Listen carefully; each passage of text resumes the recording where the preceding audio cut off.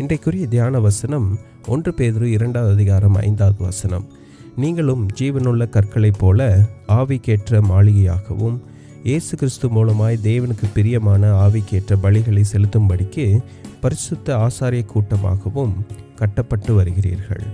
யூதர்களின் தேவாலயமானது மலைகளிலிருந்து வெட்டி எடுக்கப்பட்ட செதுக்கப்பட்ட கற்களால் கட்டப்பட்டது. இந்த கட்டிடம் தேவனுடைய ஆவிக்கேற்ற ஆலயத்தை குறிக்கிறது.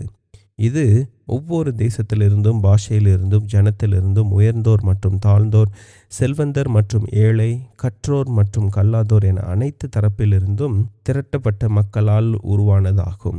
ஆலயத்தை கட்டுவதில் காட்டப்பட்ட அக்கறை நம்முடைய குணநலன்களை கட்டமைப்பதில் நாம் காட்ட வேண்டிய அக்கறையை பற்றிய ஒரு பாடமாக நமக்கு அமைந்துள்ளது. இப்போது நாம் தேவனுடைய பட்டறையில் இருக்கிறோம். மேலும் அந்த மகிமையுள்ள ஆலயத்திற்கு நம்மை தகுதிப்படுத்துவதற்கான செயல்முறைகள் இந்த கிருபையின் காலத்தில் மணித்துளிகளில் நடந்து கொண்டிருக்கின்றன. இப்பொழுது ஆயத்த நாளாக இருக்கிறது. இப்போது நமது குறைபாடுகளை நீக்கி கொண்டு மூளைக்கல்லாகிய நீதியின் சூரியனிடமிருந்து வரும் பிரகாசமான கதிர்களை பெற்று ஜீவனுள்ள கற்களாக நாம் மாறக்கூடிய காலமாய் இது இருக்கிறது. ஆமேன்.